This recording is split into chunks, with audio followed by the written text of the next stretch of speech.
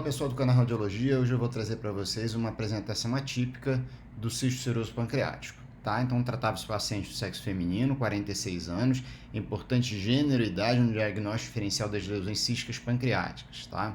Sem comorbidades, relata que tem cisto pancreático identificado pelo ultrassom de rotina e faz acompanhamento anual por ressonância. Já realizou eco, endoscopia com estudo do cisto. Então vamos ao caso. Então, como a gente sempre começa, né? Vamos avaliar na ponderação T2, plano coronal. Eu optei por fazer contraste oral negativo, então o estômago está preto, tá? Hipointenso, para a gente otimizar as informações da lesão cística. É uma lesão cística que ela está ao nível do corpo pancreático, contorno um pouquinho lobulado, contorno é fundamental no diagnóstico diferencial das lesões císticas, mas a princípio parece uma cavidade única, talvez com septos finos internos periféricos. Ok? Lembra, um dado importante também, observe que ela está acima e abaixo do nível do ducto pancreático principal, tá? E ela não determina a dilatação do vírsum montante, tá? Observando essa mesma alteração na ponderação T2, tá? Vou passar aqui para vocês. Na ponderação T2, a gente observa que a lesão no maior eixo aqui, 3.4 da lesão, contorno um pouco lobulado, entretanto sem aspecto de favo de mel, de múltiplas formações císticas pequenas agrupadas. Tá? Não determinava a dilatação do ducto pancreático principal montante e ela ocorria tanto no eixo transversal quanto no eixo coronal, longitudinal, acima e abaixo ou anterior e posterior ao ducto pancreático principal. Isso também é um diagnóstico importante para a gente fazer diferencial com os tumores que se comunicam com o ducto pancreático principal. Tá? Vamos observar na ponderação T1, no plano axial, em fase fora de fase, só para vocês observarem que a lesão tinha sinal baixo na ponderação T1 em fase fora de fase. Habitualmente isso que ocorre nas lesões císticas, tá? Ponderação em difusão. Vou botar a difusão aqui e vou botar desse lado o mapa de ADC, tá? Vou seguir aqui já no maior valor de B da minha difusão, ampliar um pouquinho aqui para vocês, e a gente observa que não há uma difusão restrita de forma significativa. Nitidamente ela está inferior, por exemplo, à medula e à adrenal, que são parâmetros de restrição fisiológica de fusibilidade da água, né? Ela tinha um sinal bem mais, no ADC, né? Bem mais baixo aqui, bem mais alto aqui, do que a medula e do que a adrenal, tá? No maior valor de B da minha difusão, o raciocínio é o mesmo, tá? Vou mostrar aqui para vocês e a gente observa a lesão com sinal nitidamente inferior, tá? A medula inferior à medula da adrenal, tá? Configurando a ausência de restrição à difusibilidade da água, tá? E vamos também avaliar essa lesão cística no estudo dinâmico após impregnação do meio de contraste venoso. Então, vou separar aqui para vocês uma fase sem contraste, uma fase precoce e uma fase tardia. Uma fase arterial e uma tardia de equilíbrio, como queiram chamar. Vou ampliar aqui para a gente observar bem o nível da minha lesão, tá? Que é uma lesão que não tem componente sólido, tá? No seu interior.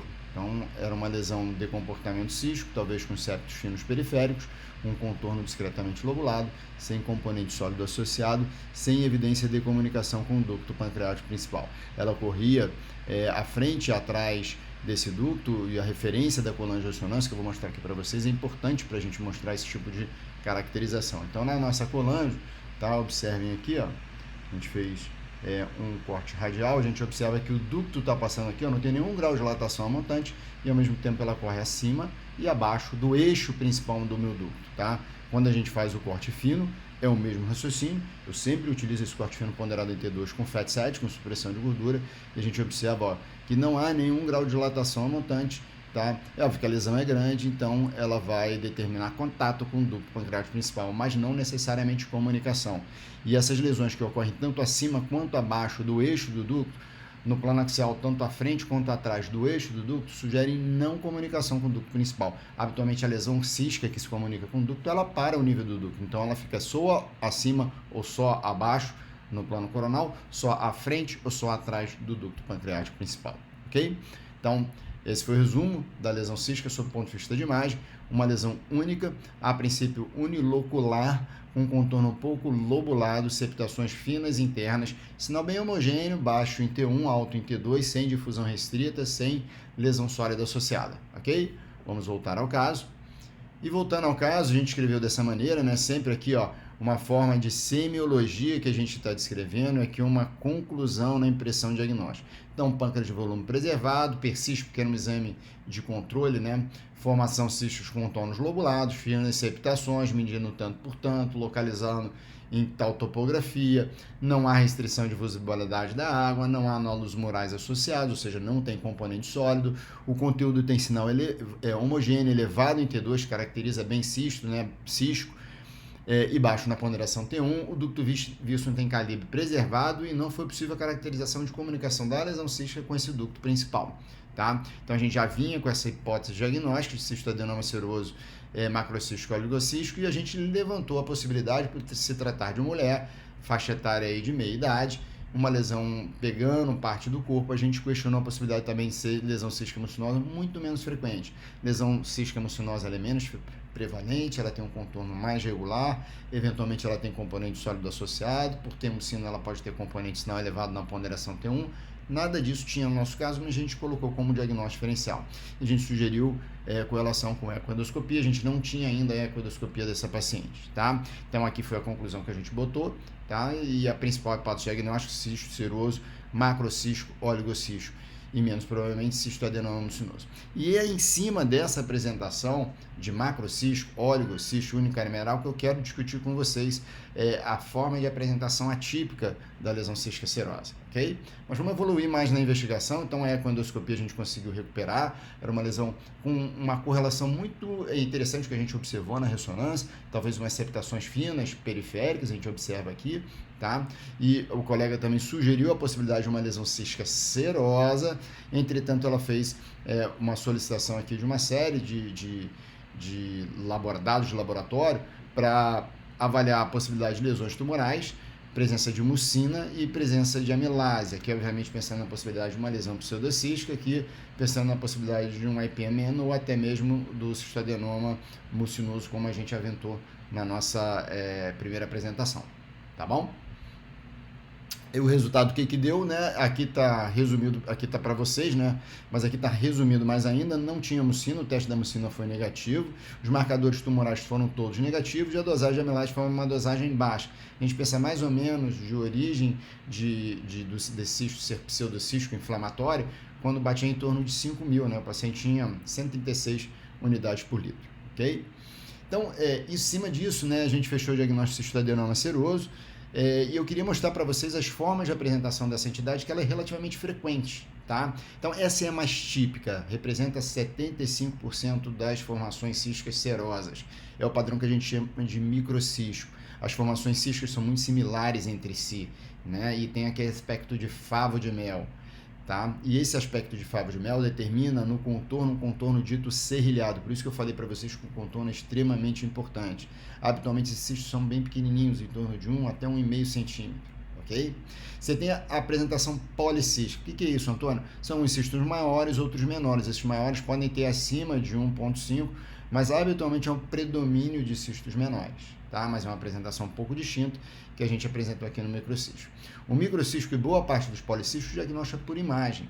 O grande problema é quando a gente tem as apresentações atípicas, na qual a gente tem que lançar mão de outros métodos para excluir possibilidades diagnósticas diferenciais. Então, o que é típico é o microcístico, muito próximo do típico policístico, só que o oligocístico, onde a gente tem poucas formações císticas, geralmente são formações císticas maiores, a gente tem que excluir lesão pseudocística, a gente tem que excluir lesão mucinosa. Foi feito nesse caso aqui, que não é o nosso caso, e no nosso caso, né, a gente observa quase que uma cavidade apenas com umas leves complexidades, septações periféricas, ok? Então essa entidade é uma entidade mais frequente, né, a lesão cística serosa no sexo feminino, a faixa etária mais frequentemente acometida é de 50 a 60 anos, é uma lesão benigna, um dado também que pode auxiliar o diagnóstico patológico é o epitélio, ser epitélio rico em glicogênio, a ecoendoscopia habitualmente ela só colhe líquido, tá? É difícil a gente encontrar material sólido para fazer essa correlação de epitélio. A grandíssima maioria das vezes a apresentação microcístico permite o diagnóstico por imagem, 20% policístico e os 5 restantes apresentações atípicas, onde a gente tem que lançar a mão de outros métodos para fechar esse diagnóstico. Ok, gente? Então, o que fazer, tá? Então, essas lesões císticas incidentais, né, esses algoritmos, né, na verdade, você não tem uma definição, consenso de todas as sociedades. Eu continuo utilizando o algoritmo de 2010 da CR, tá? Eu sei que lançaram até, inclusive, um recente, um white paper, tá? Só que eu acho que ele é muito confuso, ele talvez gere mais dúvida e necessidade da gente recorrer a ele para fazer a nossa conduta, e com isso ele torna-se pouco prático, tá? Então, mediante um achado cístico acidental num paciente assintomático, tá, detectado, esse algoritmo do ACR divide se a lesão, primeiro, seu ponto de vista de tamanho, se ela é menor que 2, de 2 a 3 e maior que 3. Nossa lesão, né, ela se incluía, né, no contexto aqui do cistoadenoma seroso, onde você pode acompanhar essa lesão até 4 centímetros. Tá? O cisto seroso, ele merece o acompanhamento se ele for de 2 a 3 centímetros, né, de forma bianual. Então, de 2 em 2 anos, você vai fazer o acompanhamento por imagem.